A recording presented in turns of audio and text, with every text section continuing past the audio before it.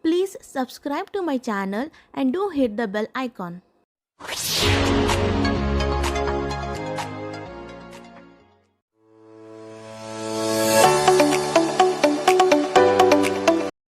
Hello to all dear students.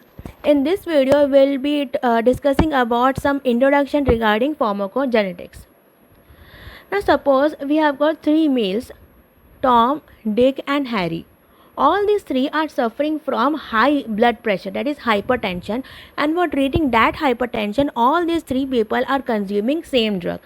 Not only same drug, even same dose and same regimen they are following.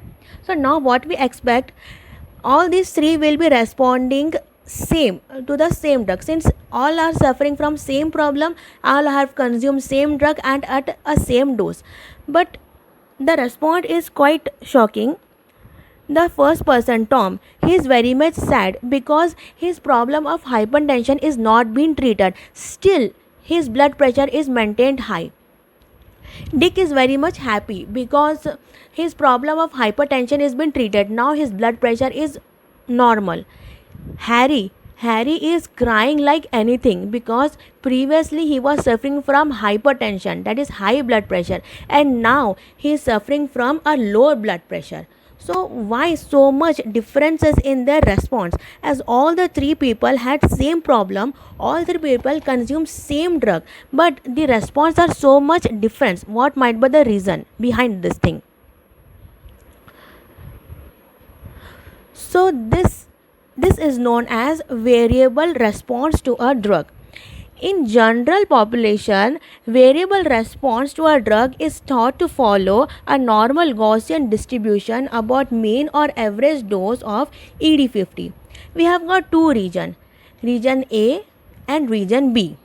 Patients who fall within region A of the curve may be described as hyper-responder. Hyper-responder means even at low dose, they will produce a hyper or increased reaction. Like in case of Harry, he was suffering from hypertension. By consuming a normal dose, his hypertension is now converted into hypotension, which is nothing but an extension of the pharmacological response. Whereas the people who are falling in region B, they are characterized to be poor responder. Poor responder means even at higher dose of the drug, they are not producing a normal response. Like we have got our example of Tom. He is very much sad because his problem of hypertension was not being solved.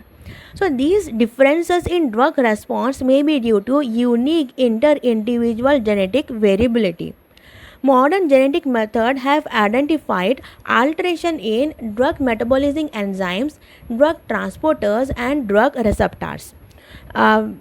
That at least in part explains many of these differences in the drug response. Like in our case, we have Harry. He is crying hard because he had experienced an adverse drug reaction, which is nothing but extension of pharmacological response. This could be due to a result of reduced level of drug metabolizing enzyme. Means whatever drug we consume, for metabolizing those drugs we require metabolizing enzyme. But if the level of these metabolizing enzyme is very much low, then the plasma concentration of the active drug will be very much high, which will be responsible of increased pharmacological action of that particular drug. And another reason may be due to reduced level of drug transporter. A very simple example of a transporter is our P glycoprotein transporter, which is responsible for transporting the drug out of our body, or you can say excreting the drug out of our body. And when the level of these kind of drug transporter is very much less, then the active form of the drug will be more in our plasma level, and because of which there will be increased pharmacological action of this particular drug. Lastly, we know that any drug that will produce their action by interacting with their appropriate receptor, but when the level of receptor is very much high, then what will happen?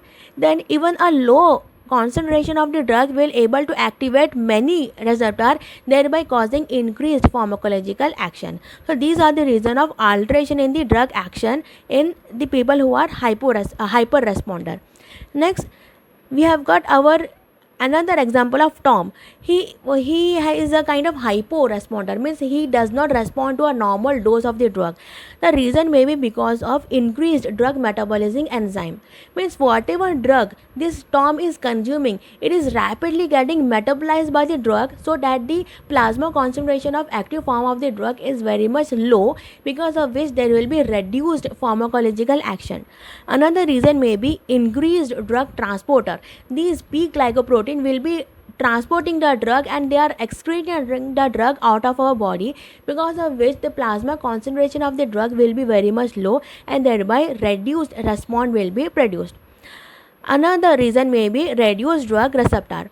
Even you give higher dose of the drug, but when the level of receptor is very much minimal, then there won't be any response produced by that particular drug. So this has given birth to a field of pharmacogenetics, which seeks to characterize inter-individual drug response variability at the genetic level. Pharmacogenetics refers to the study of genetic influences on an individual's response to drugs. In pharmacogenetics, the analysis of a specific gene or group of genes may be used to predict responses to a specific drug or class of drugs. A related term, that is pharmacogenomics, is often used interchangeably but includes study of the genetic basis of disease and the pharmacological impact of drugs on disease process. Pharmacogenomics refers to collectively to all genes that influence drug responses, and how genome-wide analysis may be used to identify such genes in the search for novel drug targets and or key determinants of drug reactions. Next, we'll talk about genetic polymorphism. Historically, population variability in drug metabolism or genetic response was described in terms of the observed phenotype. For example, slow metabolizer or sensitive responders. Okay, we divided population depending upon phenotype. Phenotype means what we observe as such, means there are one group of people who does not respond to a normal dose of a drug and require higher dose to produce a normal action, to which we will call slow metabolizer. And quite opposite to that, there are few group of people who will produce adverse effect from a normal dose of drug and require low drug dose, to which we call as sensitive responder. So on the basis of variation in drug metabolism, variation in drug response is observed. With our understanding of genetics, we are often able to ascribe specific alterations in gene sequence or genotype to explain such observed effects. Now, from the knowledge of genetics, we understood that why few people are slow metabolizers and why few are sensitive responders. The reason is alteration in gene sequence. Genetic polymorphisms are variation in gene sequences that occur in at least 1% of general population, resulting in multiple alleles or variants of a gene sequence. Genetic polymorphism means variation in gene sequence that is responsible for variation in drug response.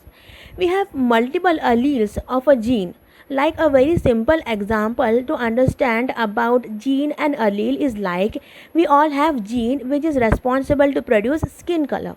So few people are white like albino, few are fair, few are wheatish, few are dark, few are extra dark. So these skin color, fair, wheatish, dark, extra dark, these skin colors are allele and are alleles for the gene for skin color. I hope you understood this concept. Different people have different skin color, means different alleles.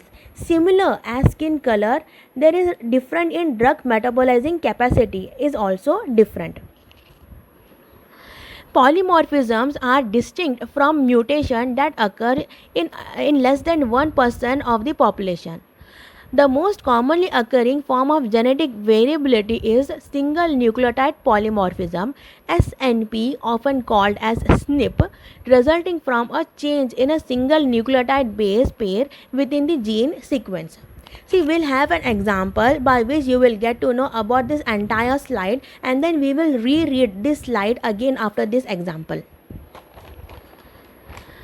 Suppose there are two girls, and these two friends, these two girls, they had party and they consume lot of alcohol, and after consuming alcohol they became like this. You can see some redness on their face.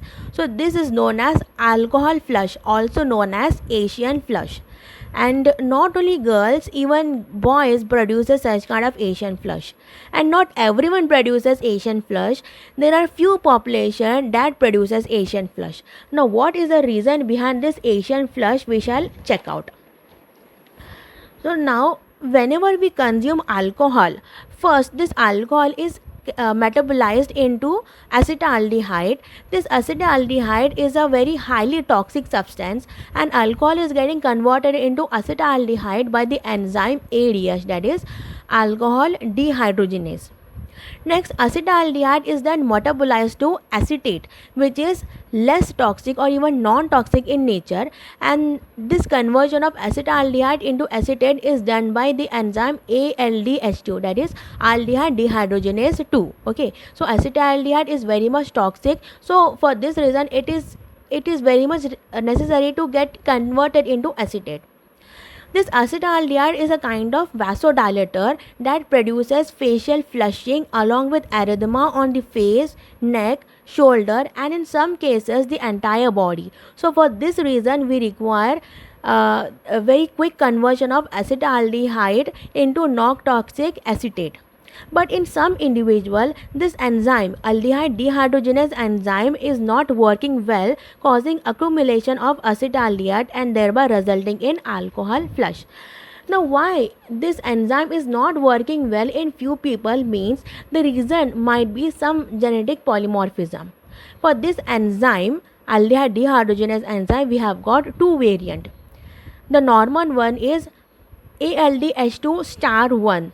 It is a normal variant, and the abnormal variant is ALDH2 star 2. This star 1 is normal, means when aldehyde dehydrogenase enzyme has this type of genotype, means it can metabolize acetaldehyde very well. But the second variant, the abnormal variant, the star 2 type, when aldehyde dehydrogenase enzyme has got star 2 type of genotype, then they are poorly metabolizing the acetaldehyde. The differences between the normal and abnormal variant of aldehyde dehydrogenase enzyme is, and in normal variant we have got glutamate amino acid, whereas in abnormal variant this glutamate is being replaced by lysine, and this is known as the single nucleotide polymorphism, that is what we abbreviated as SNPs. There are few individuals who are heterozygous. Heterozygous means, suppose from their moms they got a normal variant, whereas from their dads they got an abnormal variant. Means they have got 50% gene for normal variant and 50% gene for abnormal variant. Such individuals are said to be heterozygous genotype, and the speed of acetaldehyde metabolism is 100 times slower, but metabolism will be there. There are few individuals who are homozygous in nature. Homozygous means from both their parents they got an abnormal variant, and for this abnormal variant the metabolizing capacity will be nil. They are non-functional in nature. So different genes will produce different enzymes, and there will be different drug response. Now this heterozygous person, with time the tolerance will be developed, but this might be resulting in increased risk of cancer. Anyways, regarding this genotype and phenotype, we'll check out a little bit. Suppose there is father, mother, and person. Person is nothing but the kid of this father and mother, the child of their parents. This gets genotype and phenotype will check out. So father, suppose he have got a normal aldehyde dehydrogenase variant, whereas the mother have also got a normal variant. So this their kid will have a homozygous genotype, means 100% he'll have a normal gene, and the phenotype what we can observe is he is a very fastly metabolizing acetaldehyde into acetate. A second case will be father have got a normal genotype, whereas the mother have got an abnormal genotype. So the person will have got a heterozygous genotype. Heterozygous genotype means 50% normal variant and 50% abnormal variant you will be having, whereas the phenotype will be, metabolism will be there. It will be 100 times lower, but metabolism will be there because the normal variant will be dominating over the abnormal one. Whereas in the third case, both father and mother have got an abnormal variant and an abnormal allele for the gene for aldehyde dehydrogenase enzyme. So their child will be having a homozygous genotype, and the phenotype will be there won't be any metabolism. I hope you understood this concept, so we shall reread the previous slide. Historically, population variability in drug metabolism or therapeutic response was described in terms of the observed phenotype, for example, slow metabolizers or sensitive responders. With our understanding of genetics, we are often able to ascribe specific alteration in gene sequence or genotype to explain such observed effects. Genetic polymorphisms are variations in gene sequence that occur in at least 1% of general population, resulting in multiple alleles or variants of a gene sequence. Polymorphisms are distinct from mutation that occur in less than 1% of the population. The most commonly occurring form of genetic variability is a single nucleotide polymorphism, which we call SNP, resulting from a change in a single nucleotide base pair within the gene sequence, which we saw in our case of aldehyde dehydrogenase. Star 1 is normal, star 2 is abnormal. In abnormal, we had glutamate. In abnormal, a single nucleotide variation will be there. Glutamate converted into or replaced by lysine. That's it. I hope you people understood this entire slide. We know that drug metabolism is responsible for chemical modification of drug or other xenokinetics. Means by this, non-polar drug is converted into polar drug, by which it increases the polarity and thereby enhances its elimination from the body. The enzymes that perform drug metabolism are classified as phase 1 enzyme and phase 2 enzyme. The phase 1 enzyme mainly performs reactions such as oxidation, reduction and hydrolysis reaction, whereas phase 2 enzymes are responsible for conjugation reactions. Polymorphism have been reported in both phases of drug metabolizing enzymes and can affect pharmacokinetic profile of a drug for a given patient. Understanding a patient's genetic determinants of drug metabolism and the consequences of these polymorphisms could be used to design optimum personalized dosing regimens in the clinic that would avoid adverse reaction or treatment failure due to subtherapeutic doses. Now, these genetic differences in enzymes have potential contributors from numerous factors like diet, other drugs, age, weight, and so on and so forth. Many other reasons are there. Okay, so this was a small introduction regarding the pharmacogenetics. Still, this topic will be continued in my upcoming videos, and thank you for watching.